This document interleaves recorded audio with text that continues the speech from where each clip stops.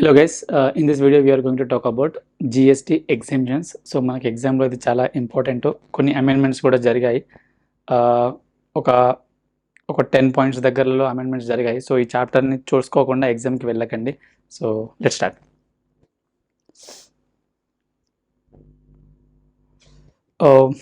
మనకు ఎగ్జామ్షన్ మన చాప్టర్ పేరే చెప్తుంది ఎగ్జామ్షన్స్ అని. ఎగ్జామ్షన్స్ అంటే ఏంటి అనేది ఒకసారి డెఫినేషన్లో చూద్దాం. Everything will go with the definition.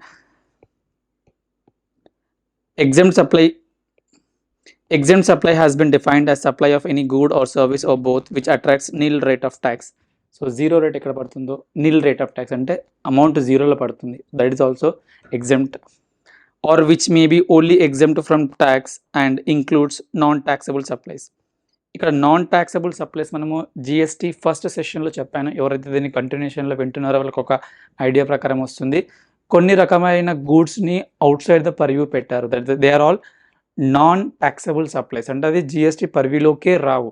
So ఆ నాన్ ట్యాక్సబుల్ సప్లైస్ ఏవైతే ఉన్నాయో వాటిని కూడా ఎగ్జెంప్ట్ అంటాం. సార్ రెండు వేరే వేరే కదా అంటే, for the limited purpose of this definition ఏవేవైతే నాన్ ట్యాక్సబుల్ సప్లైస్ ఉన్నాయో చెప్తాను, అవి కూడా ఎగ్జెంప్ట్ సప్లైకి వస్తాయి. ఎక్కడైనా మనం టర్న్ ఓవర్ కోసం మాట్లాడినప్పుడు కానీ కొన్ని ఐటీసీ క్యాలిక్యులేషన్స్లో కానీ ఇది మనకు చాలా అవసరం వస్తుంది.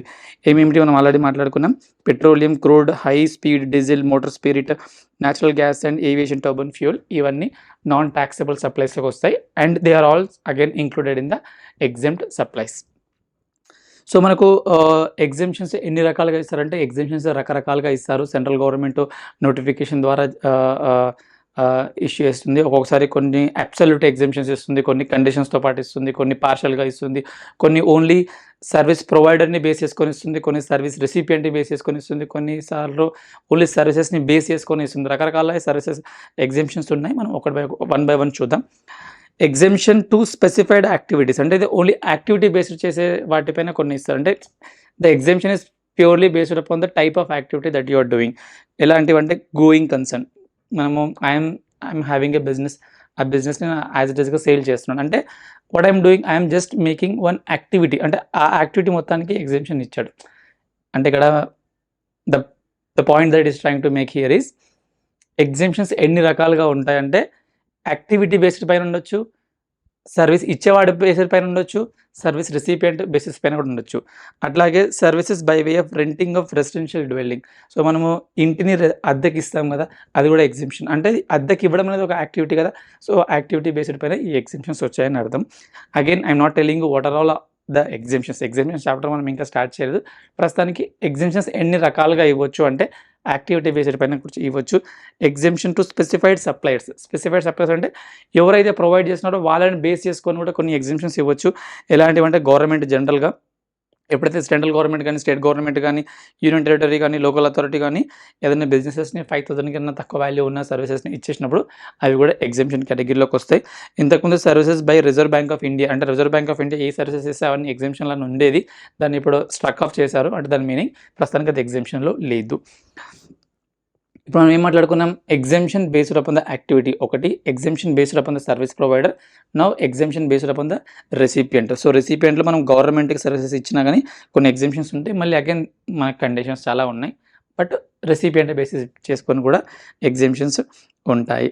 ఇప్పుడు ఈఎస్ఐ అది కూడా ఒక స్పెసిఫైడ్ ఎంటిటీ, ఐఆర్డిఏ అది కూడా ఒక specified entity. So recipient basis పైన కూడా ఉంటాయి. సో ఎగ్జెంప్షన్స్ ఎలా చేస్తారో అంటే సెంట్రల్ గవర్నమెంట్ చేస్తుంది. ఎలా చేస్తుంది అంటే బై నోటిఫికేషన్ ద్వారా చేస్తుంది. ఓన్లీ ఎగ్జెంప్షన్ ఇవ్వచ్చు, లేదంటే కొన్ని కండిషన్స్ని బేస్ చేసుకొని కూడా ఎగ్జెంప్షన్ ఇవ్వచ్చు. అది ఒక స్పెషల్ ఆర్డర్ ద్వారా ఇస్తుంది. ఏదైనా ఆ ఎగ్జెంప్షన్ ఇచ్చిన దానిలో ఏదైనా క్లారిటీ కానీ ఏదైనా మిస్ అయిపోయింది అనుకుంటే వితిన్ 1 ఇయర్లో దాన్ని వాళ్ళు క్లారిఫికేషన్ ఇవ్వచ్చు. క్లారిఫికేషన్ ఎప్పుడు ఇచ్చినప్పటికీ కూడా ఒరిజినల్గా ఎప్పుడైతే ఎగ్జెంప్షన్ నోటిఫికేషన్ ఇష్యూ చేశారో అక్కడ నుంచే కన్సిడర్ చేస్తారని అర్థం. దాని మీనింగ్ ఏంటి, ఇవాళ నేను ఒక ఎగ్జెంప్షన్ ఇచ్చాను, బట్ 3 months తర్వాత దానిపై నేను క్లారిఫికేషన్ ఇచ్చాను అంటే క్లారిఫికేషన్ ఇచ్చినప్పటి నుంచి ఎగ్జెంప్షన్ అప్లికబుల్ అని కాదు, ఒరిజినల్గా నోటిఫికేషన్ వచ్చినప్పటి నుంచి అప్లికబుల్ అని దాని అర్థం మనకు అర్థమవుతుంది. అక్కడ 1 year వరకు వాళ్ళ రెట్రోస్పెక్టివ్ ఎఫెక్ట్ వాళ్ళు ఇవ్వచ్చు. సో నౌ ఇప్పుడు మనం మెయిన్ పాయింట్కి వద్దాం. ఎగ్జెంప్షన్స్ మనకి ఎన్ని రకాలు ఉంటాయి అనేది. So services relating to charitable and religious activities. Charitable and religious activities పైన మీకు ఎగ్జామ్లో మీరు ఒక క్వశ్చన్ ఎక్స్పెక్ట్ చేయొచ్చు. అంటే మొత్తం క్వశ్చన్స్లో ఒక సెట్ ఆఫ్ క్వశ్చన్స్ డెఫినెట్లీ దీనిపైన వస్తుంది. సో చారిటబుల్ మనకు తెలిసిందే, రకరకాల చారిటబుల్ యాక్టివిటీస్ తోటి ఇప్పుడు మనకు చారిటబుల్ సొసైటీస్ కానీ ట్రస్ట్లు కానీ ముందుకు వస్తున్నాయి కదా, వాటన్నిటికీ జిఎస్టీ ఎగ్జెంప్షన్ ఉంది. కాకపోతే కొన్ని కండిషన్స్ కూడా మీరు అర్థం చేసుకోవాలి before saying that everything is exempt. ఏమేమిటి అంటే ఫస్ట్ కండిషన్, అది ఇన్కమ్ ట్యాక్స్ యాక్ట్ ప్రకారం 12AE అండ్ 12AB ప్రకారం అది రిజిస్టర్డ్ అయి ఉండాలి. అంటే ఒక చారిటబుల్ ఇన్స్టిట్యూషన్కి రిజిస్ట్రేషన్ ఇన్కమ్ ట్యాక్స్ సిబిడిటీ ఇస్తుంది. ఆ రిజిస్ట్రేషన్ అయిన వాళ్ళకి మాత్రమే ఇక్కడ జిఎస్టీలో కూడా ఎగ్జెంప్షన్ వస్తుందని మనం ఇక్కడ అర్థం చేసుకోవచ్చు. By way of charitable activities. So charitability activities అంటే ఏంటి అనేది ఒక పెద్ద డెఫినేషన్ ఉంటుంది. ఏంటంటే చూద్దాం. Services by a person by way of conduct of any religious ceremony. So religious people రకరకాల సెరమనీస్ చేసుకుంటారు కదా, రకరకాల పూజలు, ఇంకా వేరే వేరే ఈవెంట్స్కి వేరే వేరే యాగాలు పూజలు రకరకాలు ఉంటాయి కదా, వాటన్నిటిపైన కూడా ఎగ్జెంప్షన్ ఉంటుంది. Renting of presence of A religious place meant for general public. So ఒక చారిటబుల్ ఇన్స్టిట్యూషన్, ఒక చారిటబుల్ ట్రస్ట్ అనుకుందాం, ఒక టెంపుల్ అనుకుందాం, టెంపుల్ పక్కకు కొంచెం స్పేస్ కూడా ఉంది, ఆ స్పేస్ జనరల్ పబ్లిక్కి, దాన్ని రెంట్కి ఇచ్చినప్పుడు వాళ్ళు దానిపైన కూడా ఎగ్జెంప్షన్ తీసుకోవచ్చు. అగైన్ కండిషన్స్ నేను చెప్తాను. కాకపోతే ఎక్కడెక్కడ ఈ కండిషన్, ఇక్కడ ఈ రెంటింగ్ దానిపైన జిఎస్టీ పడుతుంది అంటే renting of rooms where charges are 1000 rupees or more per day. అంటే ఒక రూమ్ రెంట్ 1000 రూపాయల కన్నా ఎక్కువగా ఉంది అంటే ఆ దేవుడి గుడిలో అయినప్పటికీ కూడా స్టిల్ అది జిఎస్టీలోకి వస్తుంది. ఇంకొకటి renting of premises, community halls, kalyana mandapam, open area or like where charges are 10,000 rupees or more per day. గుర్తుపెట్టుకోండి, ఒక్క రూమ్ కోసం మాట్లాడుకున్నప్పుడు 1000 రూపీస్ కన్నా ఎక్కువ ఉంటే జిఎస్టీ పడుతుంది. అదే ఒక కమ్యూనిటీ హాల్, ఒక కళ్యాణ మండపం అట్లాంటిది ఒక ఈవెంట్ కోసం ఒక ఓపెన్ ప్లేస్ని మళ్ళీ తీసుకున్నప్పుడు 10,000 రూపీస్ పర్ డే పడుతుంది. అలాగే renting of shops or other spaces for business or commerce where charges are 10,000 rupees or more per month. ఇప్పుడు మనము టెంపుల్స్ దగ్గరికి వెళ్ళినప్పుడు అక్కడ మనకు షాప్స్ కూడా ఉంటాయి, అక్కడ 10,000 రూపీస్ ఆర్ అంతకని ఎక్కువ రెంట్ వాళ్ళ దగ్గర నుంచి ఛార్జ్ చేస్తే దానిపైన కూడా జిఎస్టీ పడుతుంది అని ఇక్కడ అర్థమవుతుంది. తర్వాత services by specified organisation in respect of religious pilgrim facilitated by the government of India under bilateral agreement. So మన దేశంకి ఇంకా వేరే దేశాల మధ్యలో బైలేటరల్ అగ్రిమెంట్ ద్వారా మన పిల్గ్రిమ్స్ అంటే మన అక్కడ వెళ్ళే వాళ్ళు భక్తులు అలా వెళ్ళినప్పుడు కొన్ని రకమైన వాటికి జిఎస్టీ ఉంది. అది ఏంటిదో కింద కూడా మనకు ఎగ్జాంపుల్లో ఇచ్చారు. రకరకాల కమ్యూనిటీస్ వాళ్ళకి రకరకాల ఎగ్జెంప్షన్స్ ఇచ్చారు ఇక్కడ. Services by way of granting national permit to a goods carriage to operate throughout India or contiguous states. So ఇక్కడ services by way of granting national permit to GTA. So GTA vehicles ఉంటాయి కదా, వాళ్ళకి national permit government ఇస్తుంది. So అట్లాంటి national permit ఇస్తేప్పుడు దాన్ని కూడా exemption కేటగిరీలోకి తీసుకొచ్చారు. ఇది అమెండ్మెంట్గా వచ్చింది కాబట్టి చెప్పలేం, జనరల్గా వచ్చే ఛాన్సెస్ ఏదైనా లేదు, వచ్చినా కానీ you can say it's an exempt. Services by way of training or coaching in recreation activities relating to arts or culture. So ఆర్ట్స్కి సంబంధించి కానీ ఏదైనా కళకి సంబంధించి నృత్యం సంబంధించి అలాంటి ఏదైనా ఆర్ట్స్ కానీ కల్చర్ కానీ సంబంధించింది యాక్టివిటీస్ కోచింగ్ కానీ రిక్రియేషన్ కానీ చేసి or sports by charitable entities registered under section 12AA or 12AB of the income tax act. Okay, so again ఈ చారిటబుల్ ఇన్స్టిట్యూషన్స్ ఏవైతే 12AA అండ్ 12AB ప్రకారం రిజిస్ట్రేషన్ అవుతున్నాయో వాళ్ళు స్పోర్ట్స్ని ట్రైనింగ్ రూపంలో కానీ రిక్రియేషన్ రూపంలో కానీ ఇస్తే, అంటే మనకు పిల్లల్ని పంపేసేటప్పుడు తీసుకుంటారు కదా, అలాంటి దగ్గర వాళ్ళకి జిఎస్టీ పడదని చెప్పి మనకి ఇక్కడ క్లియర్గా అర్థమవుతుంది. ఓకే, సో ఇక్కడ మనము చారిటబుల్ ఇన్స్టిట్యూషన్లో మనకి ఏమేమి వస్తాయంటే the entity should have, okay conditions ఇందాక చెప్పాను, section 12AA and 12AB of the income tax act ప్రకారం అవి రిజిస్టర్డ్ అయ్యి ఉండాలి. దాంతోపాటు the entity must carry out 1 or more specified charitable activities. So charitable activities అంటే ఏంటనేది ఇక్కడ సెక్షన్లోనే డిఫైన్ చేశాడు. ఒకసారి దానిపైన ఫోకస్ చేద్దాం, ఎగ్జామ్లో మీకు ఇంపార్టెంట్ అయ్యి ఉండొచ్చు. The term charitable activities means activities relating to public health by way of, అంటే హెల్త్కి సంబంధించి ఎవరైనా చారిటబుల్ ఇన్స్టిట్యూషన్కి వస్తే వాళ్ళు కూడా ఎలిజిబుల్ అవుతారు. కాకపోతే ఆ హెల్త్ మీరు అనుకున్న హెల్త్ కాదు, ఇక్కడ క్లియర్గా చెప్తాడు.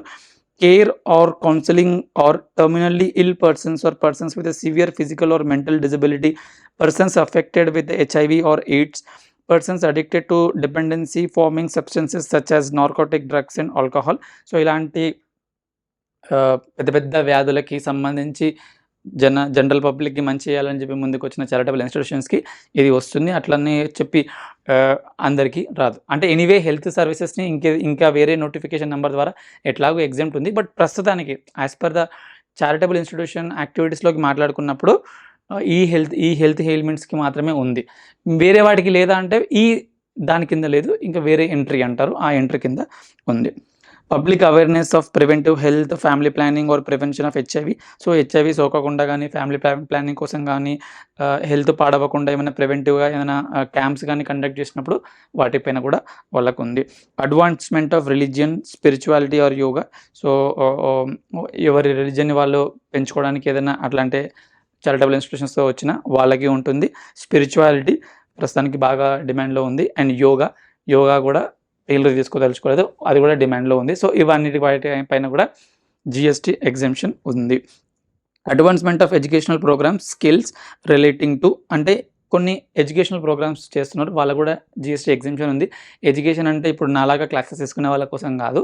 ఎడ్యుకేషనల్ అంటే కొన్ని క్లియర్గా abandoned, orphaned or homeless children, పిల్లలు ఎవరైతే అబాండన్ వదిలేసిన తర్వాత ఉన్న పిల్లలు కానీ, తల్లిదండ్రులు లేని పిల్లలు కానీ, ఇల్లు లేని పిల్లలు, అలాంటి వాళ్ళ కోసము మీరు ఏదైనా ఎడ్యుకేషనల్ ప్రోగ్రామ్స్ కానీ, స్కిల్ డెవలప్మెంట్ కోసం కానీ చేస్తే మీకు ఎగ్జెంప్షన్ వస్తుంది.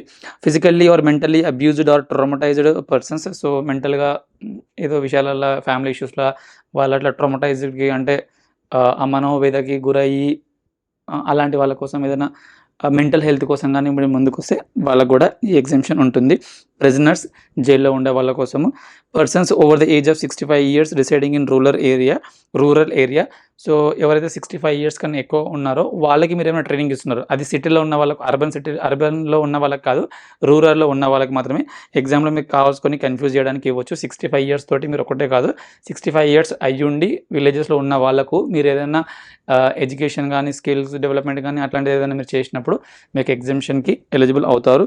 Preservation of environment including water shed, forest and wild life. So wild life ఇప్పుడు ప్రస్తుతానికి ప్రొటెక్ట్ చేయాలని చెప్పి చాలామంది ముందుకు వస్తున్నారు కదా, వాటికి ఏమైనా క్యాంప్స్ కండక్ట్ చేసి అవేర్నెస్ని క్రియేట్ చేసే ప్రయత్నం చేస్తే వాళ్ళకు కూడా ఈ ఎగ్జెంప్షన్ ఉంటుందని చెప్పి మనం ఇక్కడ అర్థం చేసుకోవచ్చు. Okay, so management of educational institutions by charitable trust. So జనరల్గా ఏమవుతుంది అంటే చారిటబుల్ ట్రస్ట్ వాళ్ళు ఎడ్యుకేషనల్ ఇన్స్టిట్యూషన్స్ కూడా రన్ చేస్తారు. మనకు చాలా మనం చూసే ఇన్స్టిట్యూషన్స్ జనరల్గా ఒక ట్రస్ట్ కానీ, ఒక సొసైటీ కానీ రిజిస్ట్రేషన్ అయ్యే ఎడ్యుకేషన్లోకి వస్తాయి. పెద్ద పెద్ద కాలేజెస్లో కూడా అంతే. Sri Chaitanya college for an example, like అట్లా చాలా ఇన్స్టిట్యూషన్స్, చాలా స్కూల్స్ కూడా అంతే. సో ఇట్స్ నాట్ జస్ట్ ఒక ప్రైవేట్ పేరు మీకు బయట కనిపిస్తుంది, అది ఓన్లీ ఒక బ్రాండ్ మాత్రమే. దాని వెనకాల ఒక చారిటబుల్ ఇన్స్టిట్యూషన్ ట్రస్ట్ అని రిజిస్టర్ అవుతుంది. సో వాళ్ళకి ఏంటి చూద్దాం ఒకసారి. Activities of schools, colleges or any other educational institutions run by charitable trust by way of education or skill development of abandoned, orphans, homeless children, physically or mentally abused persons, prisoners or persons over the age of 65 years or above residing in a rural area will be considered as charitable activities, and income from such supplies will be only exempt from GST. ఇందాకే మనం మాట్లాడుకున్నాం, ఈ కేటగిరీలో ఉన్న వాళ్ళందరికీ ఎగ్జెంప్షన్కి వస్తుంది. అలా కాకుండా ఒక ఎగ్జాంపుల్ చెప్తాను ఇక్కడ చూడండి. శిక్ష academy, an educational institution run by Sarva Seva Trust, a charitable trust registered under Section 12AB of the Income Tax Act, has organized a skill development program for the old age people over the age of 65 years residing in Bengaluru city and urban city. Okay, so Bengaluru city within the bracket urban అని చెప్పి ఇచ్చారు, అది చెప్పకుండా అది అర్థమవుతుంది. So అలాంటి సిటీస్లలో even though వాళ్ళ age 65 కన్నా ఎక్కువ ఉన్నప్పటికీ కూడా అది మనము చారిటబుల్ యాక్టివిటీ కిందకి తీసుకోము. Services provided by Shiksha Academy do not fall within the purview of the charitable activities. The activities relating to advancement of skill development relating to persons over the age of 65 years are covered under the definition of charitable activities only when such persons are residing in rural area. So ఇందాక మనం మాట్లాడుకున్నాము, rural ఏరియాలో ఉన్న వాళ్ళకి మాత్రమే ఇది ఉంటుంది, 65 years కన్నా అబ్బా ఉన్న వాళ్ళకి, లేదంటే ఇది చారిటబుల్ యాక్టివిటీస్లోకి రాదు. అంటే వాళ్ళకి ట్యాక్స్ కడతారా లేదంటే ఇంకా వేరే ఎంట్రీ ప్రకారం వాళ్ళు ఎగ్జామ్షన్ తీసుకుంటారు, బట్ ఇక్కడ ప్రస్తుతానికి మాత్రం అది చారిటబుల్ యాక్టివిటీ కాదు. Hotel accommodation provided by trust. Hotel accommodation services provided by trust to students do not fall within the ambit of charitable activities as defined above. However, accommodation service in hotels including such services provided by a trust having a value of up to 1000 per day is exempt. So then meaning ఏంటంటే ఇప్పుడు కొన్ని రకమైన charitable ట్రస్ట్లు ఏం చేస్తాయంటే వాళ్ళే అందులోనే యోగా అంటారు, యోగాతో పాటు ఒక 10 days అక్కడే స్టే చేసే ఛాన్సెస్ కూడా ఇస్తారు. సో అక్కడ ప్రిడామినెంట్గా యోగా కోసమే వచ్చేసేసి అక్కడ స్టే చేస్తున్నారంటే అది ప్రైమరీ సర్వీస్ యోగా అవుతుంది కాబట్టి అది ఎగ్జామ్షన్లోకి వస్తుంది. అలా కాకుండా వీళ్ళు దీన్ని ఇంకా వేరే విధంగా ఒక అన్‌న్యాచురల్‌గా బండిల్ చేయడానికి ట్రై చేసినప్పుడు రూ. 1000 వరకి రూ. 1000 పర్ డే వరకు అయితే పర్లేదు. అది దాటిందంటే అది దాన్ని సెపరేట్‌గా ట్రీట్ చేసి దానిపైన జీఎస్టీ కట్టాల్సిన అవసరం ఉంటుంది. Religious yatras and pilgrims organized by the charitable or religious trust are not exempt. Only such services or religious programs as prescribed by the specified organization in respect of the religious pilgrim facilitated by the government of India under the bilateral agreement are exempt from the GST. Okay, so ఇప్పుడు మీరు గూగుల్లో కానీ బయట కానీ చాలా దగ్గరలో చూస్తుంటారు, మిమ్మల్ని ఈ యాత్రకు తీసుకెళ్తాము, కాశీ యాత్రకు తీసుకెళ్తాము, లేకుంటే అట్లా రకరకాల యాత్రలకు తీసుకెళ్తామని చెప్పి అంటుంటారు కదా.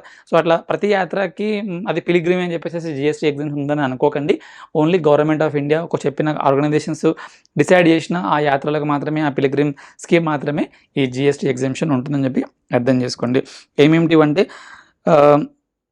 Come on Mandal Vikas Nigam limited, a government of Uttarakhand or Haj committee of India or state Haj committee including joint state committee, వీళ్ళకి మాత్రమే ఇది ఉంది, వేరే వాళ్ళకి లేదు. In short, entry 60 the services provided by the Haj committee and KMVN in relation to pilgrim to Mecca and Kailash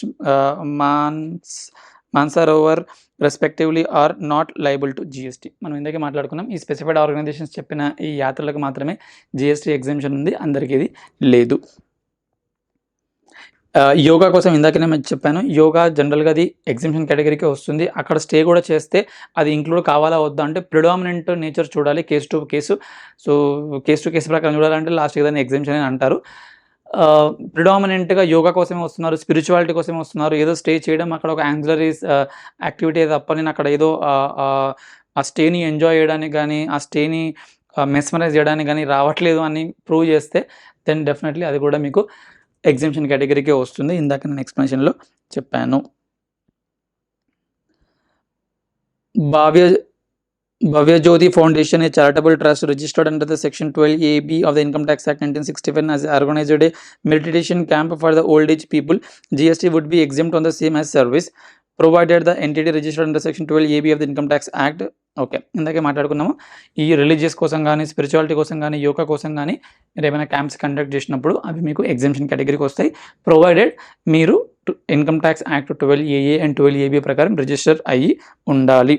Hospitals managed by charitable trust, exemption available to health care services are under the entry of 74 of the notification, as also applicable to the services provided by clinical establishments and authorized medical practitioners, paramedicals or religious trust also. So ఎట్లాగో మనకు ఒక separate entry ఉంది health కేర్కి సంబంధించి, అక్కడ వాళ్ళకు exemptions అక్కడ తీసుకుంటారు.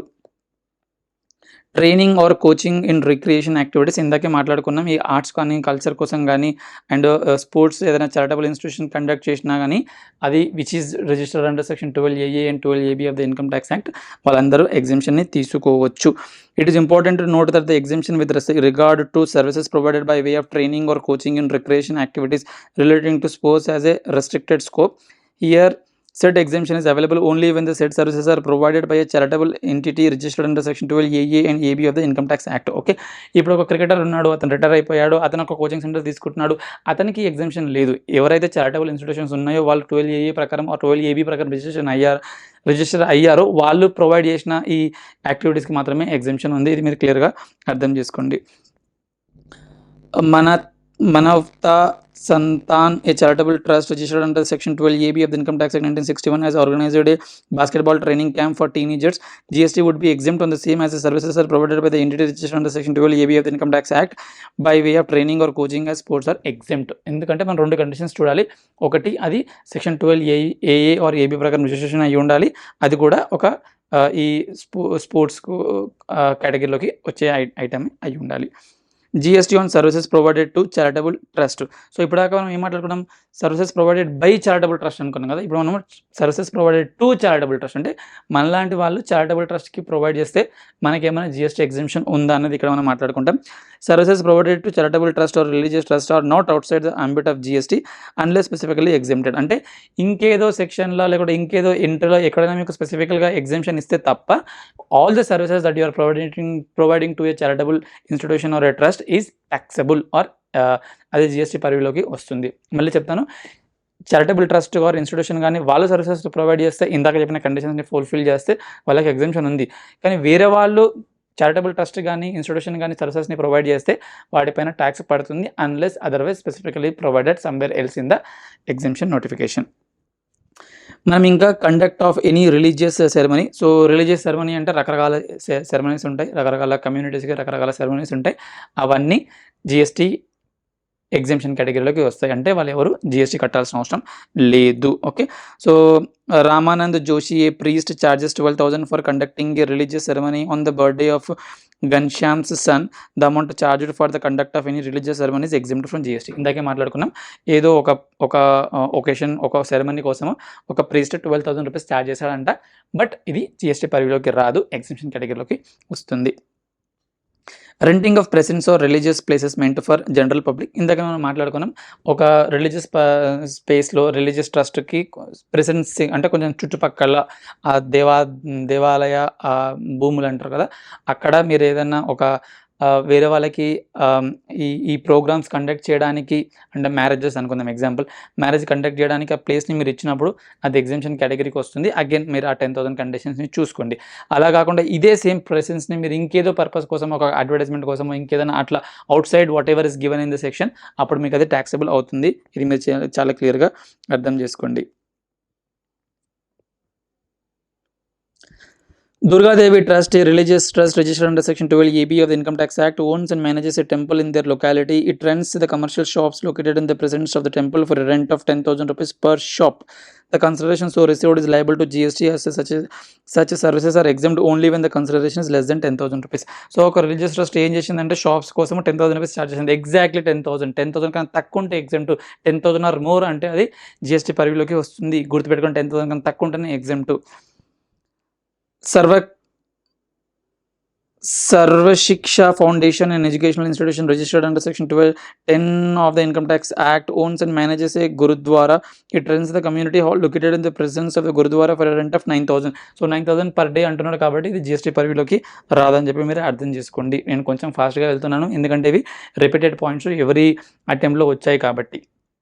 Coming to the next one, agricultural related services. అంటే అగ్రికల్చర్ మన జనరల్గా మన ఇండియాకి ఒక బ్యాక్ బోన్ కదా, సో ఇక్కడ ఎక్కువ వాటికి ఎగ్జామ్షన్స్ ఇస్తారు. మీరు ఎగ్జామ్లో దీనిపైన క్వశ్చన్ వచ్చే ఛాన్సెస్ ఇంకా దండిగా ఉంది. అండ్ వన్ మోర్ థింగ్, ఇందులో అమెండ్మెంట్ కూడా ఉంది. సో మ్యాక్సిమం అటెన్షన్ని పే చేయండి. Services by way of loading, unloading, packing, storing or warehousing of rice.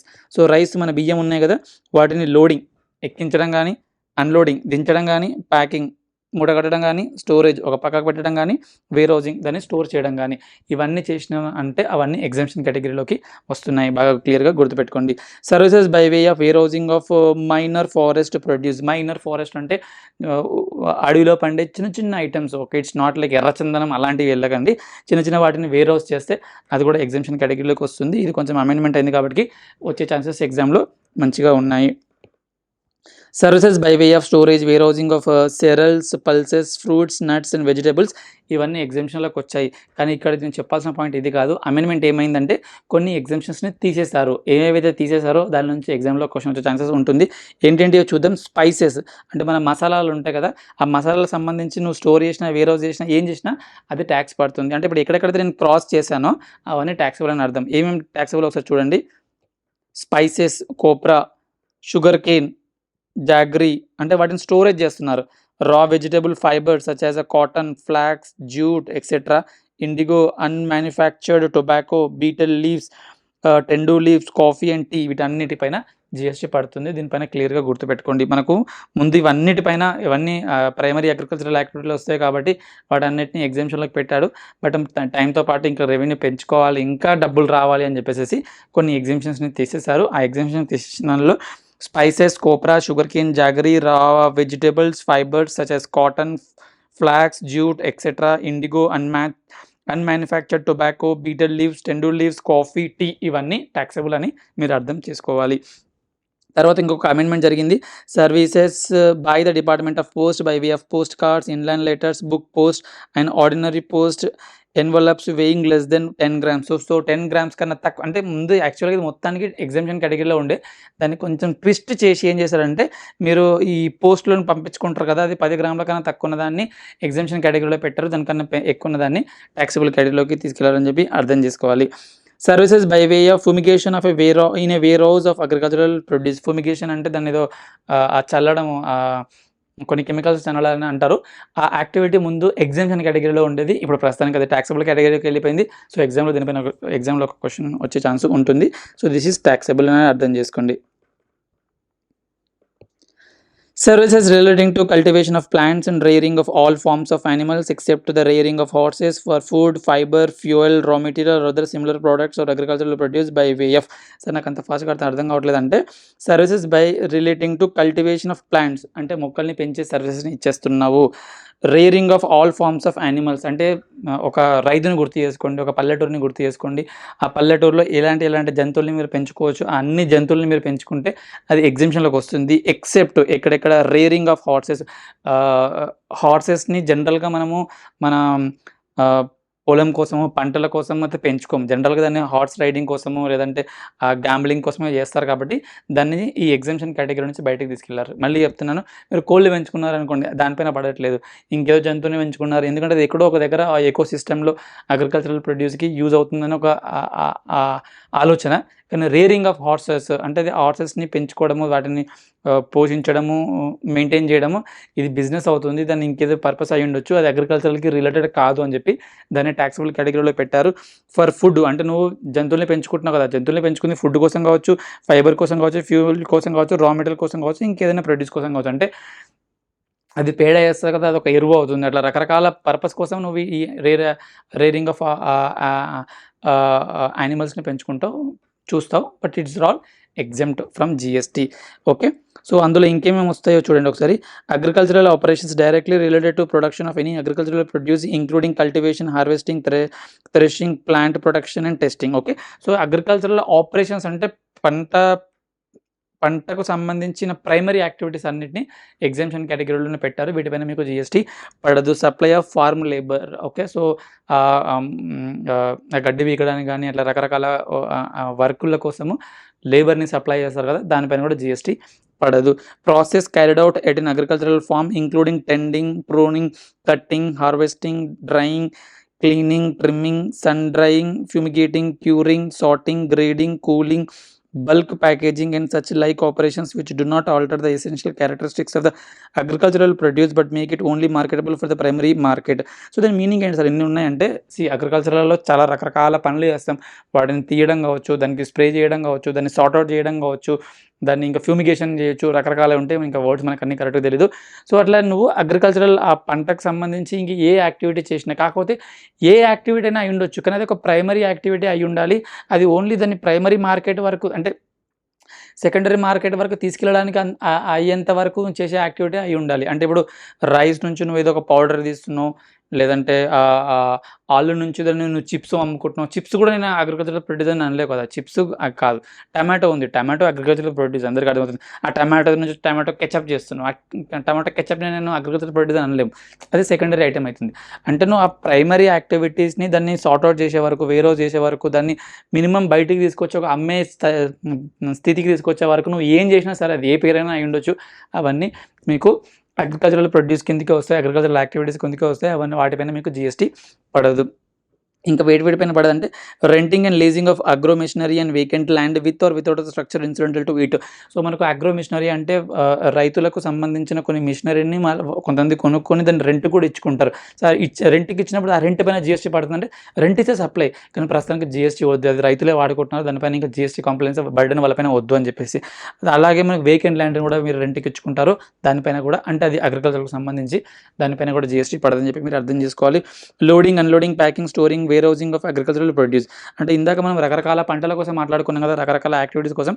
ఒక్కసారి యాక్టివిటీ అయిపోయిన తర్వాత ఒక లారీ ఎక్కించడం కావచ్చు, దించొచ్చు, దాన్ని ప్యాకింగ్ చేయడం కావచ్చు, ఒక మూట కట్టడం కావచ్చు, ఒక దగ్గర పక్కకు పెట్టడం కావచ్చు, దాన్ని లాంగ్ టర్మ్లో స్టోరేజ్ చేయడం కావచ్చు, అగ్రికల్చర్ ప్రొడ్యూస్కి సంబంధించి ఏవైనా సరే ఇవన్నీ యాక్టివిటీస్ని చేస్తే అది కూడా అగ్రికల్చర్ ప్రొడ్యూస్ యాక్టివిటీ కిందకి వస్తుంది. దానిపైన కూడా మీకు జిఎస్టీ పడదు. అగ్రికల్చరల్ ఎక్స్టెన్షన్ సర్వీసెస్ అంటే అగ్రికల్చరల్ నాలెడ్జ్ని ఇంకా అందరికి పంచడానికి, అవేర్నెస్ తీసుకురావడానికి ఇంకా ఏ రకమైన సర్వీసెస్ని ఇచ్చేసినా అవన్నీ జిఎస్టీ ఎగ్జామ్షన్ కేటగిరీకి వచ్చేస్తాయి. Services by agricultural produce marketing committee, కొన్ని కమిటీస్ ఉంటాయి. ఆ కమిటీస్ ఏం చేస్తారంటే చిన్న చిన్న రైతులందరూ తీసుకొచ్చేసి ఒక మార్కెట్లోకి తీసుకొస్తారు. ఆ మార్కెట్లోకి వచ్చిన తర్వాత ఆ కమిటీ వాళ్ళు ఏం చేస్తుందంటే అక్కడ నుంచి బయర్స్ని అరేంజ్ చేసి అక్కడ అమ్మేటట్టు చేస్తుంది. సింపుల్గా చెప్పాలంటే మన పెద్ద పెద్ద మార్కెట్లు, ఇప్పుడు మనం మిర్చి యాడ్ అంటాము, రకరకాల యాడ్స్ ఉంటాయి కదా, ఆ కమిటీ వాళ్ళ దగ్గర నుంచి కొంచెం అరేంజ్ చేస్తుంది. దాని ప్లేస్ని కరెక్ట్ చేయడం కానీ, లైటింగ్ ఇవ్వడం కానీ, లైసెన్స్ ఇవ్వడం కానీ, ప్రాపర్గా అవుతున్నాయో లేదో మినిమం రేట్స్ మెయింటైన్ చేయడం కానీ, అలాంటి కొన్ని రకమైన సర్వీసెస్ని ఈ అగ్రికల్చరల్ ప్రొడ్యూస్ మార్కెటింగ్ కమిటీ రైతులకు ఇస్తుంది. ఆ సర్వీసెస్ని కొనే వాళ్ళకి ఇస్తుంది, రైతులకు ఇస్తుంది కదా. సో ఈ వీటికి సంబంధించి వాళ్ళు ఏమైనా ఛార్జెస్ చేస్తే అది కూడా ఎగ్జామ్షన్ కేటగిరీలోకి వస్తుంది. జిఎస్టీ వాటిపైన కూడా పడదని చెప్పి మీరు అర్థం చేసుకోవాలి. Board or services provided, okay ఇందాక చెప్పేసాను. Services by way of fumigation in a warehouse of agricultural produce, ఇది కూడా మీకు ఎగ్జామ్షన్ ఉండేదని తీసేశారు. ఎగ్జామ్లో మీకు వచ్చే ఛాన్సెస్ ఉంటుంది. ఫ్యూమిగేషన్కి సంబంధించిన ఏమైనా సర్వీసెస్ని మీరు ఇచ్చేస్తున్నారంటే అది ట్యాక్సబుల్లోకి వస్తుందని చెప్పి మీరు అర్థం చేసుకోండి. Services by way of artificial insemination of livestock other than horses. So హార్సెస్కి సంబంధించిన ఈ లైఫ్ స్టాక్కి ఇన్సెమినేషన్ అని ఒక యాక్టివిటీ ఉంటుంది. ఆ యాక్టివిటీ చేసినప్పుడు దానిపైన కూడా ఎగ్జామ్షన్ పడుతుంది.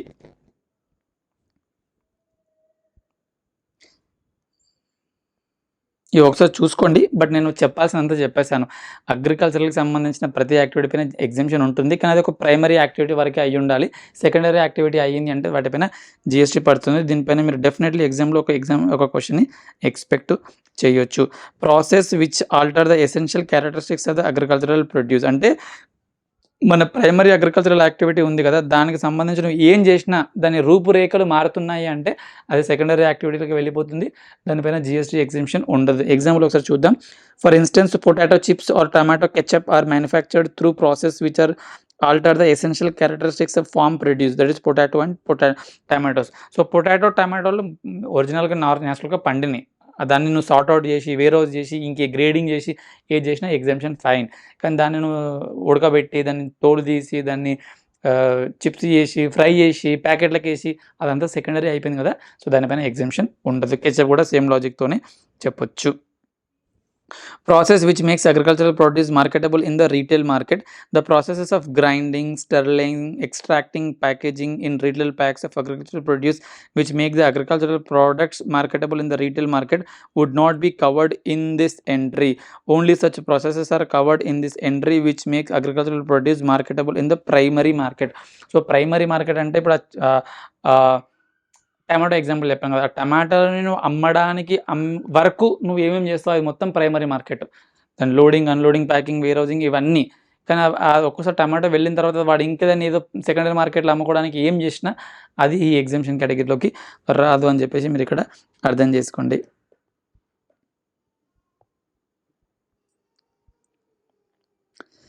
ప్రాసెస్డ్ టీ అండ్ కాఫీ కూడా సేమ్ లాజిక్. ప్రాసెస్డ్ అంటున్నాడు అంటే టీ ఆకులు కానీ, కాఫీ బీన్స్ కానీ అవి మాత్రమే నీ అగ్రికల్చరల్ ప్రొడ్యూస్.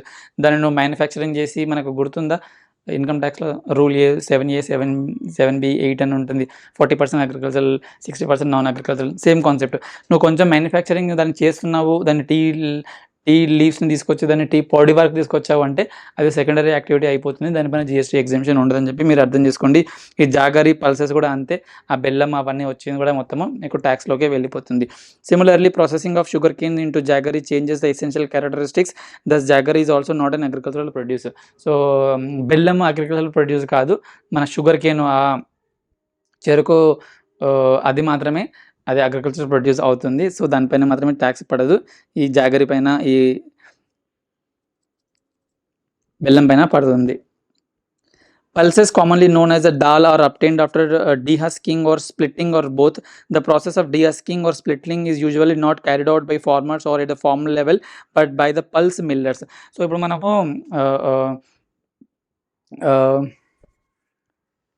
కొన్ని గింజలు ఎగ్జాంపుల్ తీసుకోండి, దాన్ని మనము పప్పు రూపంలోకి రావాలంటే దానిలో పొట్టు అంతా తీసేసేయాలి. ఓకే, సో పొట్టు తీయడానికి దాన్ని డీహస్కింగ్ అంటారు, అంటే పొట్టు అంతా తీయడం.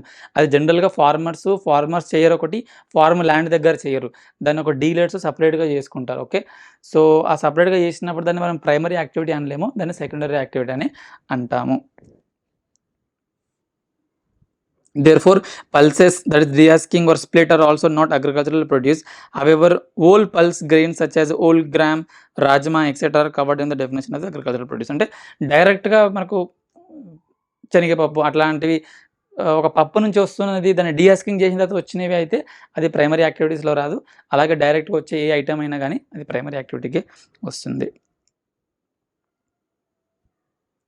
Customs milling of paddy into rice. Okay, so మన గోధుమలు ఇలాంటి వాటిలలో కూడా ఏం చేస్తారంటే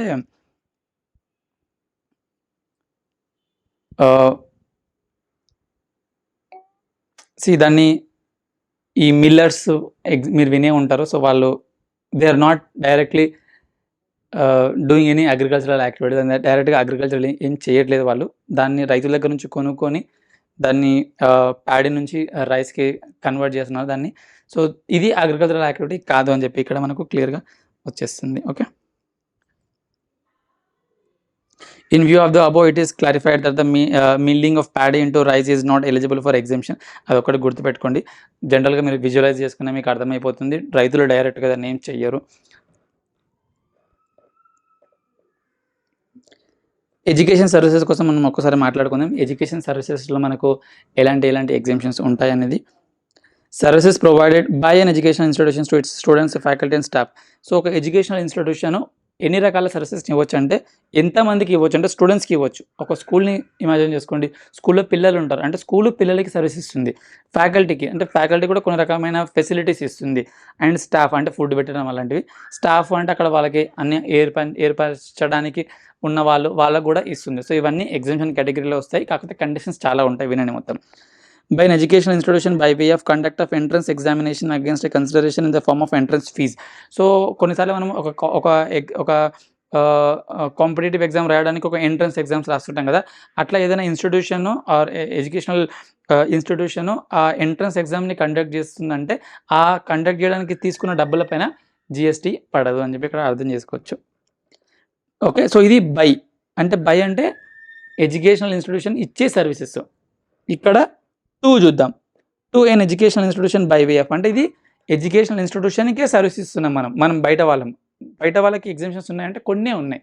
ఎక్కడెక్కడ ఉన్నాయి?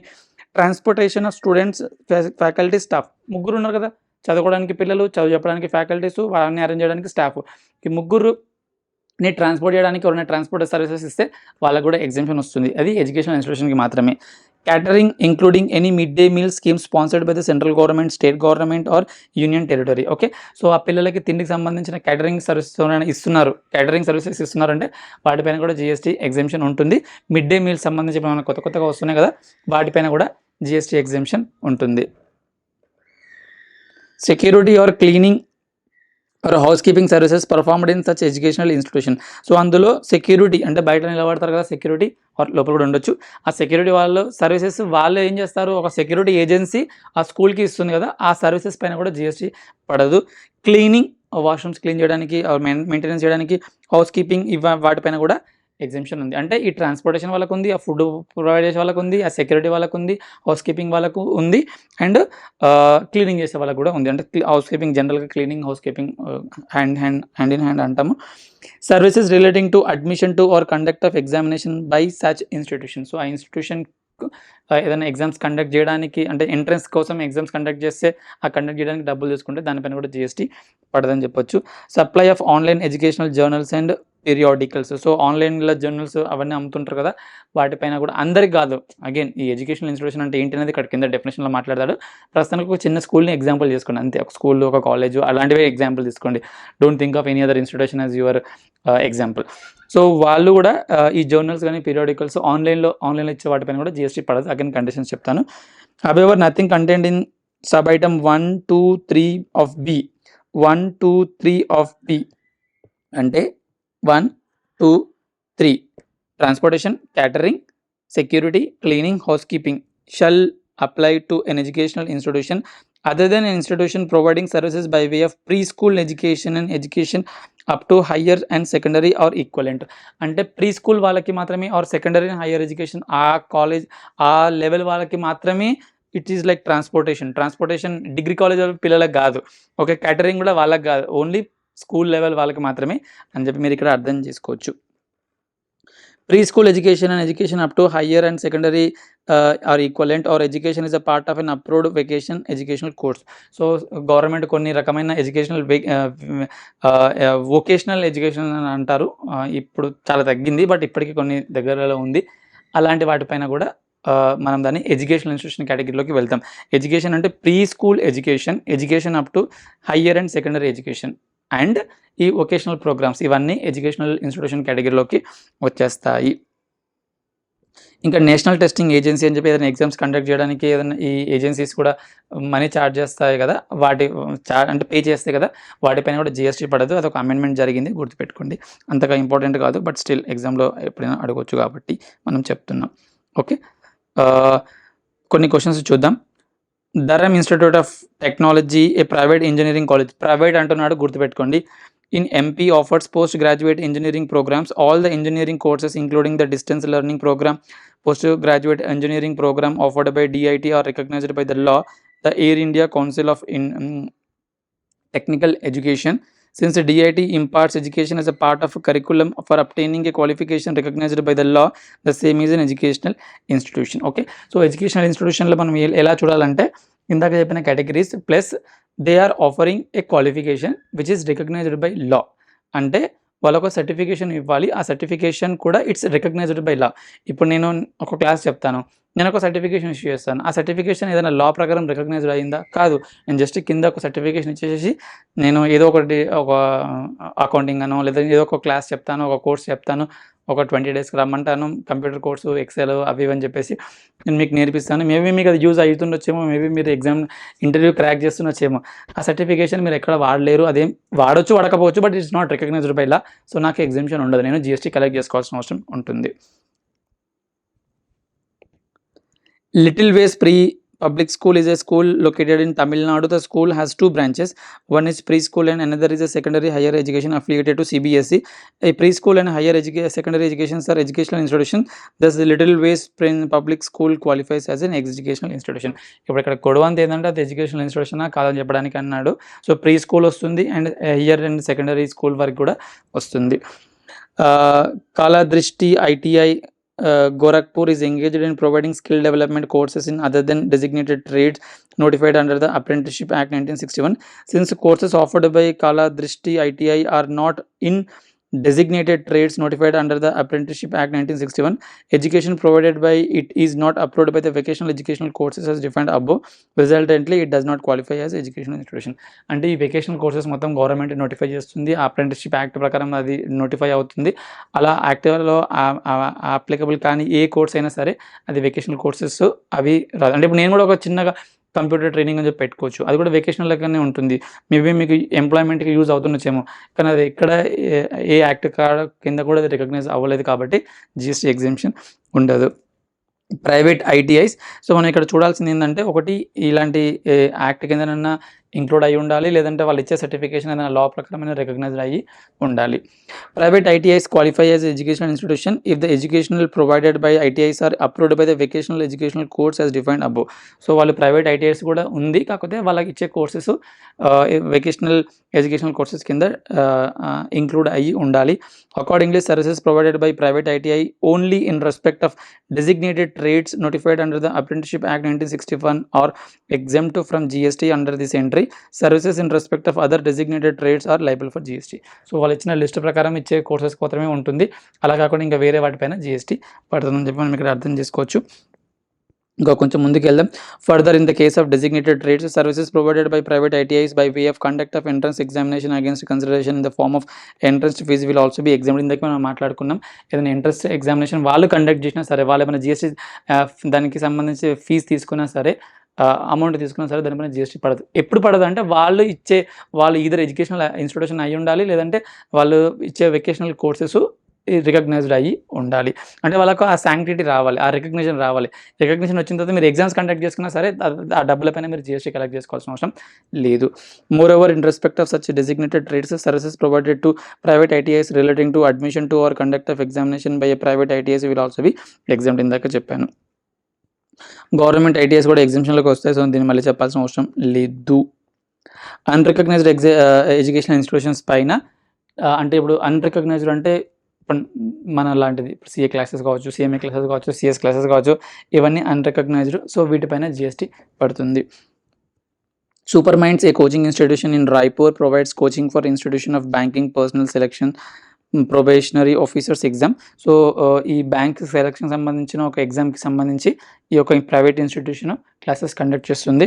Super minds being a coaching centre which trains candidate to secure A banking job is not an educational institution in terms of the exemption notification. ఎందుకంటే వీళ్ళు ఏం ప్రైమరీ కాదు, సెకండరీ వరకు ఇవ్వట్లేదు. వాళ్ళు ఇచ్చేది వాళ్ళు ఇచ్చే సర్టిఫికేషన్ ఇక్కడ రికగ్నిషన్ లేదు. ప్లస్ వాళ్ళు ఇచ్చే కోర్సెస్ ఇక్కడ వెకేషనల్ కోర్సెస్ పైన కూడా రికగ్నైజ్ అవ్వలేదు. కాబట్టి వాళ్ళకి ట్యాక్స్ పడుతుంది అని చెప్పి మనం చెప్పొచ్చు. ఇంకొకటి బోర్డింగ్ స్కూల్ కాన్సెప్ట్ కూడా ఒకటి అర్థం చేసుకోండి. బోర్డింగ్ స్కూల్స్లో మనము పిల్లలు అక్కడే చదువుకుంటారు, ప్లస్ దాంతోపాటు అక్కడే వాళ్ళు స్టే కూడా చేస్తారు. అంటే ఆ స్టేకి సంబంధించిన దానికి సపరేట్గా పే చేస్తారు, కాలేజ్కి సపరేట్గా పే చేస్తారు. అంటే హాస్టల్ సపరేట్గా పే చేస్తారు, క్లాసెస్కి సంబంధించి సపరేట్గా పే చేస్తారు. సో ఈ మొత్తంగానే క్లబ్ చేసేసి ఇది ఎడ్యుకేషనల్ ఇన్స్టిట్యూషన్ అనొచ్చా అంటే ఎస్ ఆన్సర్. ఎందుకంటే పిల్లలు అక్కడ స్టే చేయడానికి వెళ్ళట్లేదు, పిల్లలు అక్కడ చదువుకోవడానికి వెళ్తున్నారు, యాజ్ యాంగ్యులరీ అక్కడ స్టే చేస్తున్నారు. కాబట్టి బోర్డింగ్ స్కూళ్ళల్లో కూడా ఈ GST పడదని చెప్పి మనం ఇక్కడ చెప్పుకోవచ్చు.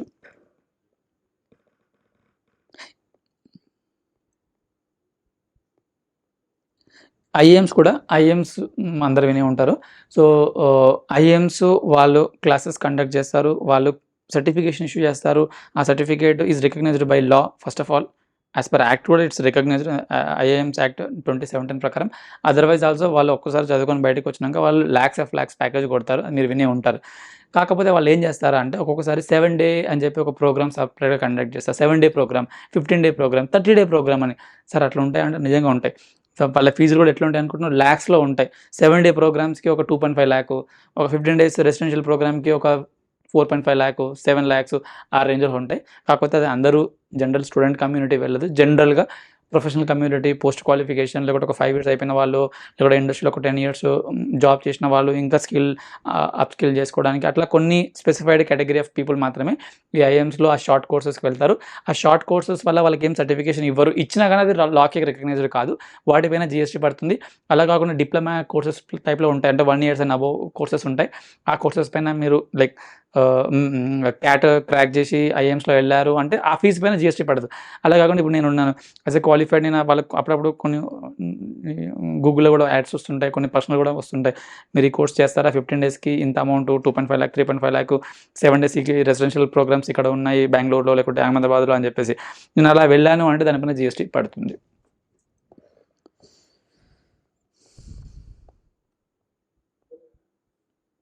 వన్ ఇయర్ కన్నా ఎక్కువ ఉంటే ఫైన్, లేదంటే పడుతుంది. Supply of food in a mess or canteen, ఇందాక మనం మాట్లాడుకున్నాం. Food and canteen maintain food ఇస్తారు కదా. సో ఒకసారి ఏం చేస్తుందంటే ఇన్స్టిట్యూషన్స్ ఫుడ్ వాళ్ళంతా వాళ్ళే ప్రిపేర్ చేసి ఇస్తుంది, లేదంటే థర్డ్ పార్టీ తోటి చేపించి ఇస్తుంది. సో దీని కేసు ఏంటో ఒకసారి చూద్దాం. Educational institutions generally have mess facility for providing food to their students and staff. Such facilities either run by the institutions or outsource to a third party. So వాళ్ళంతా వాళ్ళగానే వాళ్ళు రన్ చేసుకుంటారు ఆ మెస్ని, otherwise వాళ్ళు వేరే వాళ్ళతోటి థర్డ్ పార్టీ తోటి చేయించుకుంటారు. If the catering services is one of the services provided by educational institutions to it's students, faculty and staff, and the said institution is covered by the definition of educational institution as given under the above, the same is exempt. అంటే ఆ educational institution డెఫినేషన్లోకి అది వచ్చేసింది. వాళ్ళ students, వాళ్ళ faculty, లేకపోతే వాళ్ళ 2-3 వర్కర్స్ని పెట్టుకొని ఆ ఫుడ్ని మెయింటైన్ చేసుకుంటున్నారంటే అది ఎగ్జామ్షన్ కేటగిరీలోకి వచ్చేస్తుంది. If the catering services that is supply of food or drink in a mess or canteen is provided by anyone other than the education institution, అంటే అవుట్సోర్స్ చేయించుకుంటున్నప్పుడు the institution outsources the catering activity to an outside contractor, then it is a supply of service to the concerned educational institution by way of outside catering and attracts GST. However, said services when provided to an educational institution providing preschool education or education up to higher education or equivalent are exempt. ఒకసారి క్లియర్గా అర్థం చేసుకోండి. ఒక degree college కావచ్చు, ఒక IIMs కావచ్చు, అట్లాంటి పెద్ద పెద్ద ఇన్స్టిట్యూషన్స్ వాళ్ళు క్యాంటీన్ మెయింటైన్ చేస్తున్నారు. ఇన్ హౌస్ క్యాంటీన్ అంటే వాళ్ళంతా వాళ్ళే వర్కర్స్ని పెట్టుకొని, లేకపోతే స్టాఫ్ పిల్లలు ఎవరో ఒకరు వాళ్ళే చేసుకుంటే జీఎస్టీ పడదు. అలా కాకుండా బయట వాళ్ళతో నుంచి అవుట్‌సోర్సింగ్ చేపించుకుంటారు. అంటే వాళ్ళకు మా మీల్స్ ఇది, మా మెనూ ఇచ్చేసేసి మీరు తీసుకురండి. అట్లా బయట వాళ్ళతో మాట్లాడుకున్నప్పుడు అది జీఎస్టీ అట్రాక్ట్ అవుతుంది. But same canteen services pre school వరకు గానీ, సెకండరీ అండ్ హైయర్ ఎడ్యుకేషన్ వరకు మాత్రమే వరకు అయితే జీఎస్టీ పడద్దు. అది ఎగ్జంప్షన్ కేటగిరీలోకి వెళ్ళిపోతుంది. Fee charged from perspective employers. దాని మీనింగ్ ఏంటి అంటే ఇప్పుడు సీఏ అయిపోయిన తర్వాత సీఎంఏ అయిపోయిన తర్వాత మీకు క్యాంపస్ రిక్రూట్మెంట్స్ అని అవుతుంటాయి. సో క్యాంపస్ రిక్రూట్మెంట్ అయిపోయినప్పుడు ఏం చేస్తారంటే మీరు ఒక క్యాంపస్ని సెలెక్ట్ చేసేసుకుంటారు. ఏదైనా ఒక కాలేజ్ క్యాంపస్ అనుకుందాం ఎగ్జాంపుల్. సో జనరల్గా హోటల్లో జరుగుతుంది. నేను చెప్పే ఎగ్జాంపుల్ కాలేజ్కి సంబంధించి. సో కాలేజ్ ఏం చేస్తుంది అంటే ఒకసారి డిగ్రీ అయిపోయిన తర్వాత కానీ, ఎంబీఏ అయిపోయిన తర్వాత కానీ ఎంప్లాయర్స్కి ఒక ఇన్విటేషన్ పంపిస్తుంది. మా ఇయర్ అయిపోతుంది, మా దగ్గర తోపు స్టూడెంట్స్ ఉన్నారు, మొత్తం మంచి మంచి స్టూడెంట్స్ ఉన్నారు, మీ దగ్గర ఎవరైతే మా కాలేజ్లో హైరింగ్ చేయాలనుకుంటున్నారో మా దగ్గరికి రండి అని చెప్పేసి ఒక 10 కాలేజీలకు ఇన్విటేషన్ ఇస్తుంది. అజ్యూమింగ్ 10 కాలేజీల నుంచి ఒక 10 కంపెనీస్కి ఇన్విటేషన్ ఇస్తుంది. 10 కంపెనీస్లో 5 కంపెనీస్ వచ్చాయి అనుకుందాం. వాళ్ళకి ఏముంటుందంటే మీరు ఇక్కడ వచ్చి మీరు మా దగ్గర టెంట్ వేసుకొని అంతా హంగామా చేస్తారు కదా, ఒక 50,000 ఇవ్వండి అని చెప్పి. అంటే 50,000 మల్టిప్లైడ్ బై 5 మెంబర్స్ 5 కంపెనీస్ దగ్గర నుంచి 2.5 లాక్ తీసుకుంటుంది. ఇంకా మా స్టూడెంట్స్ని మీరు ఇంటర్వ్యూ చేసుకోండి, ఎవరు మీకు నచ్చితే వాళ్ళని అంగట్లో కూరగాయలు కొనుక్కొని వెళ్ళండి అని చెప్పి ఒక కాన్సెప్ట్తో వస్తుంది. ఓకే, అట్లా ఒక ఇన్స్టిట్యూషన్ ప్రాస్పెక్టివ్ ఎంప్లాయర్స్, ప్రాస్పెక్టివ్ అంటే ఇంకా పిల్లలు ఏం సెలెక్ట్ అవ్వబోచ్చు, ప్రాస్పెక్టివ్ కదా, వాళ్ళ దగ్గర నుంచి ఏమైనా డబ్బులు అలా కలెక్ట్ చేస్తే అది మీకు ఎడ్యుకేషనల్ ఇన్స్టిట్యూషన్లోకి రావట్లేదు, దానిపైన జీఎస్టీ పడుతుందని చెప్పి మీరు అర్థం చేసుకోవాలి. Okay, maritime courses approved by DG shipping. So కొన్ని నేవీకి సంబంధించిన కోర్సెస్ పైన కూడా అది వాళ్ళు ఇచ్చే సర్టిఫికేషన్ రికగ్నైజ్డ్ బై లా అవుతుంది కాబట్టి వాటిపైన కూడా జీఎస్టీ పడదని చెప్పి మీరు అర్థం చేసుకోండి. ఇంకా కొన్ని ఎగ్జాంపుల్స్ ఉన్నాయి, నేను ప్రస్తుతానికి ఏం చెప్పట్లేదు ఎందుకంటే నేను అవన్నీ ఓరల్గా చెప్పేశాను కాబట్టి. ఓకే, సో నెక్స్ట్ కొంచెం బ్రేక్ తీసుకొని విల్ మూవ్ ఆన్.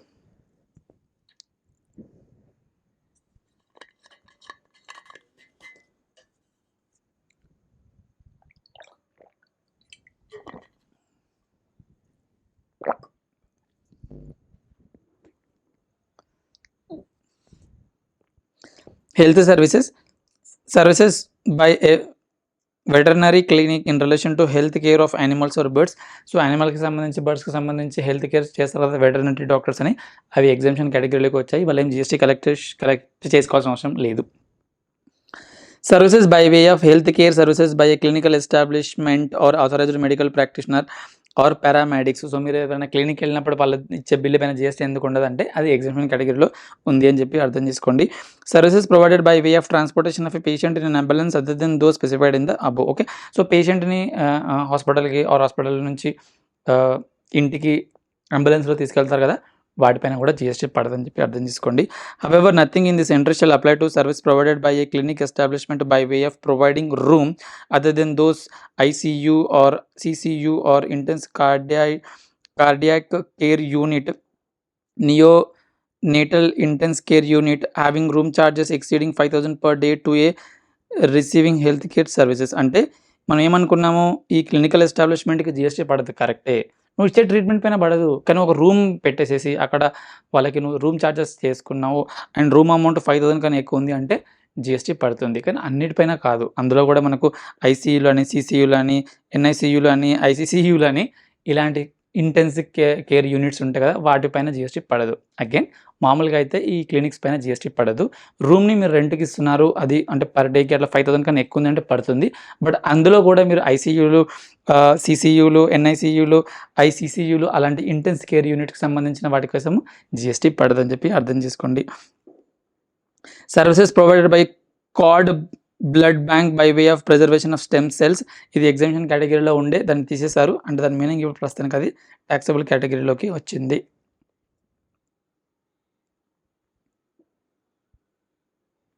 ఇంకొకటి చెప్తాను, కొన్ని క్లినిక్స్ ఎలా ఉంటాయంటే వాళ్ళు ఇచ్చే ట్రీట్మెంటు అది హెల్త్కి సంబంధించిన ట్రీట్మెంట్ అయి ఉండదు. అదేదో ఏమంటారు, ఏదో పేదవాళ్ళకి ఒక సర్జరీ చేసుకొని కొంచెం బ్యూటిఫై అవ్వడము, మొక్కుని కొంచెం సర్జరీ చేసుకొని బ్యూటిఫై అవ్వడము, అట్లా కొన్ని రకరకాల బాడీ పార్ట్స్ని సర్జరీ చేసుకుంటారు కదా, వాటిపైన జీఎస్టీ ఎగ్జామ్షన్ లేదు. ఎగ్జామ్షన్ దేనికంటే నిజంగా అది ఆ ట్రీట్మెంట్ అవసరము, ఆ ట్రీట్మెంట్ చేస్తే తప్ప ఆ పేషెంట్ లైఫ్ బెటర్ అవ్వదు, లేకుంటే ప్రాణం కాపాడలేమేమో, అలాంటి లైఫ్ థ్రెటనింగ్ అలాంటివి ఉంటాయి కదా, వాటి కోసం అయితే ఫైన్. ఇప్పుడు చిన్న చిన్న కరెక్షన్స్ చేయించుకుంటారు కదా, ఆ కరెక్షన్స్ కోసం వాటిపైన కాదు. ఎగ్జాంపుల్ ఒకసారి చెప్తాను, you will understand some very here. Healthy nursing home specialised in undertaking plastic surgeries.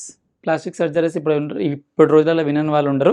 So అలాంటి ప్లాస్టిక్ సర్జరీకి ప్రస్తుతం హెల్త్ కేర్ నర్సింగ్ యూనిట్ చాలా ఫేమస్ అంట. One such surgery is conducted to repair cleft lip of A newborn baby in view of okay. So cleft lip of A newborn baby అంటే కొంతమంది పుట్టుకతోనే కొంచెం పెదాలు ఇట్లా చీలికపై ఉండడము, అట్లా కొంచెం డిజబిలిటీతో పుడతారు కదా. సో అది వాళ్ళు ఆ సర్జరీ చేస్తుంది ఎందుకంటే ఆ బేబీ లైఫ్ని బెటర్ చేయడానికి, it's not for a beautification. కాబట్టి ఇక్కడ ఎగ్జెంప్షన్ ఉంటుంది. Arogya Multi-Speciality Hospital provides palliative care to patients facing serious and life-threatening illness. Palliative care is given to improve the quality of the life of the patients who have a serious or life-threatening disease, but the goal of such care is not to cure the disease. On request, such care is also provided to patients at their homes. అంటే కొన్ని రకమైన treatments ఇస్తారు. అవి ఏంటి అంటే ఇంకా చనిపోవడానికి దగ్గరలో ఉన్న వాళ్ళు, లేకపోతే వాళ్ళ లైఫ్ని ఇంకొంచెం పొడిగించుకోవాలనుకునే వాళ్ళు, అంటే లైక్ ఇప్పుడు ప్రస్తుతానికైతే క్యూర్ అవ్వదు, అంటే ఆ జబ్బు తగ్గదు, బట్ కొన్ని రోజులు you are buying the time for the patient. అలాంటి కేసెస్ని వాళ్ళు హాస్పిటల్లో, క్లినిక్లో కాకుండా ఆ ట్రీట్మెంట్ని ఇంటి దగ్గర కూడా, మీరు న్యూస్లలో చూస్తుంటారు అక్కడక్కడ, ఇంటి దగ్గర కూడా కొంచెం డబ్బులున్న వాళ్ళు చేయించుకుంటారు. అంటే లైక్ ఒక సెటప్ చేసుకుంటారు వాళ్ళ ఇంట్లోనే. అది ఎగ్జెంప్షన్ కేటగిరీకి వస్తుందంటే ఇట్స్ స్టిల్ అన్ ఎగ్జెంప్షన్. ఎందుకంటే హాస్పిటల్లోనే చేయాలని ఏం లేదు. ట్రీట్మెంట్ ఎక్కడ చేసినా ట్రీట్మెంట్ అయితే పేషెంట్కే అవుతుంది, అందులో GST తీసుకోవాల్సిన అవసరం ఏం లేదని చెప్పి ఎగ్జెంప్షన్లోకి వచ్చింది. మీరు ఎగ్జామ్లో రావచ్చు. సో ఇక్కడ మనకు హెల్త్లో ఏమేమి వస్తాయి అంటే allopathy, yoga, neuropathy, Ayurveda, homeopathy, Siddha, Unani, or any other system of medicine that may be recognized by the central government. So central government recognise చేసిన వాటిపైననే వస్తుంది. మీరు ఏదంటే అది ఒక మంత్రాలు చేసేసి దాన్ని నేను ఇది ట్రీట్మెంట్ అంటున్నాను, నేను exemption first of all tax offer చేశారనేది గ్యారంటీ లేదు, బట్ అవన్నీ హెల్త్ ట్రీట్మెంట్లో కావు. ఇంకొకటి రీకి హీలింగ్ ట్రీట్మెంట్ ఈ మధ్య బాగా వచ్చింది. రీకి ట్రీట్మెంట్ అంటే నేను నెత్తి మీద చేయబెట్టేసి ఇంకేదో చేసేస్తాము, లేదంటే నేను నీ మైండ్ రీడింగ్ చేస్తాను, లేకపోతే నీ చదువులు చదివేసేసి ఇంకేదో చెప్తాను. అలాంటి వాటిపైన అంటే హీలింగ్ అంటే లైక్ మాటలతోనే హీలింగ్ చేసేది. ఇట్స్ నాట్ లైక్ నిజంగా ఒక ప్రాపర్ ట్రీట్మెంట్ నీకు ఇచ్చింది కాదు. ఏదో హెల్త్ ప్రాబ్లమ్తో వచ్చేసేస్తే ఏదో మాట్లాడి ఏదో చేసేసి హీల్ అయిపోయిందని చెప్పి చేస్తుంటారు కదా, అవి కూడా ఈ కేటగిరీలోకి రావు అని ఇక్కడ మనకు అర్థమైపోతుంది.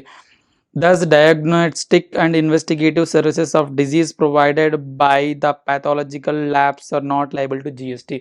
మీరు ఏదైనా టెస్ట్కి వెళ్ళినప్పుడు వాళ్ళు ఇచ్చే ఛార్జెస్ పైన GST పడదు, ఎందుకంటే అవన్నీ హెల్త్ కేర్ సర్వీస్లోకి వస్తాయి. Rent of rooms provided to in patients. So పేషెంట్స్కి సంబంధించి రూమ్స్ ఇస్తారు కదా, వాటిపైన GST పడద్దు. Services provided by senior doctors and consultants and technicians. ఒక చిన్న ఎగ్జాంపుల్తో పాటు చెప్తాను. ఇప్పుడు మీరు ఒక హాస్పిటల్కి వెళ్ళాలనుకుంటున్నారు మీరున్న సిటీస్లో. ఎగ్జాంపుల్, ఒక 1000 రూపీస్ కన్సల్టేషన్ ఫీజు అనుకుందాం. సో మీరు ఏం చేస్తారు అంటే డాక్టర్ దగ్గరికి వెళ్తారు, అంటే పెద్ద హాస్పిటల్ అనుకుందాం ఎగ్జాంపుల్. పెద్ద హాస్పిటల్కి వెళ్తారు, అక్కడ కన్సల్టేషన్ ఫీజు ఒక 1000 రూపీస్ అన్నారు. ఆ డాక్టర్ ఎవరైతే ఉంటారో ఆ డాక్టరు ఆ హాస్పిటల్కి ఎంప్లాయీ కాదు, ఆ డాక్టర్ జస్ట్ కన్సల్టెంట్. వాళ్ళ దగ్గర ఒక కేటలాగ్ ఆఫ్ ఒక 50 మంది డాక్టర్ల పేర్లు ఉంటాయి. మీకు ఎవరు అపాయింట్మెంట్ కావాలని సెర్చ్ చేస్తారు యూట్యూబ్, గూగుల్లో, లేదంటే వాళ్ళ వెబ్సైట్లో కానీ ఇంకేదైనా వేరే యాప్లో కానీ.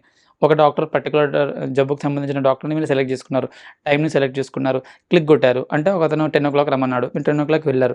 అంటే 10 o'clock కరెక్ట్ డాక్టర్ అక్కడ ఉంటాడు. That doesn't mean that doctor is an employee of that hospital.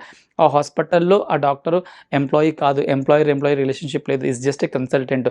అతను ఈ హాస్పిటల్ ఎలా చేస్తున్నాడో ఇంకేదో హాస్పిటల్, ఇంకో కొంచెం చిన్న హాస్పిటల్ అనుకుందాం, ఇక్కడ 1000 రూపీస్ ఛార్జ్ చేసే డాక్టర్ అక్కడ 900 రూపీస్ ఛార్జ్ చేస్తాడు, ఇంకేదో హాస్పిటల్ 600 ఛార్జ్ చేస్తాడు. అతను ఓన్ హాస్పిటల్ ఉన్నది అనుకోండి క్లినిక్, అందులో 500 ఛార్జ్ చేస్తాడు. అంటే is just a consultant doing is consultancy or డాక్టర్కి సంబంధించిన సర్వీసెస్ని మల్టిపుల్ ప్లేసెస్.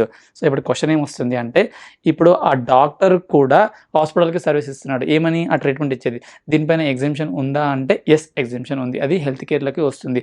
ఇంకో క్వశ్చన్, ఈ 1000 రూపీస్లో నుంచి 800 రూపీస్ డాక్టర్కి తీసుకుంటాడు, అంటే ఆ కన్సల్టెంట్ ఆ హాస్పిటల్ ఇప్పుడు నేనే హాస్పిటల్కి వెళ్ళాను, నా దగ్గర 1000 రూపీస్ తీసుకుంటుంది హాస్పిటల్, 1000 రూపీస్ తీసుకొని 200 వాళ్ళు రిటైన్ చేసుకొని 800 ఆ డాక్టర్కి ఇచ్చేస్తుంది. ఆ 200 పైన పడుతుంది అంటే లేదు, నాకు ఒక పేషెంట్ ఇస్తున్న 1000 రూపీస్ మొత్తం హెల్త్ కేర్కి సంబంధించింది కాబట్టి దాన్ని బైఫర్కేట్ చేయాల్సిన అవసరం లేదని చెప్పేసి డిపార్ట్మెంట్ క్లారిఫికేషన్ ఇచ్చేసింది. అంటే సింపుల్గా అది ఎగ్జామ్షన్ కేటగిరీలోకి వచ్చేస్తుంది.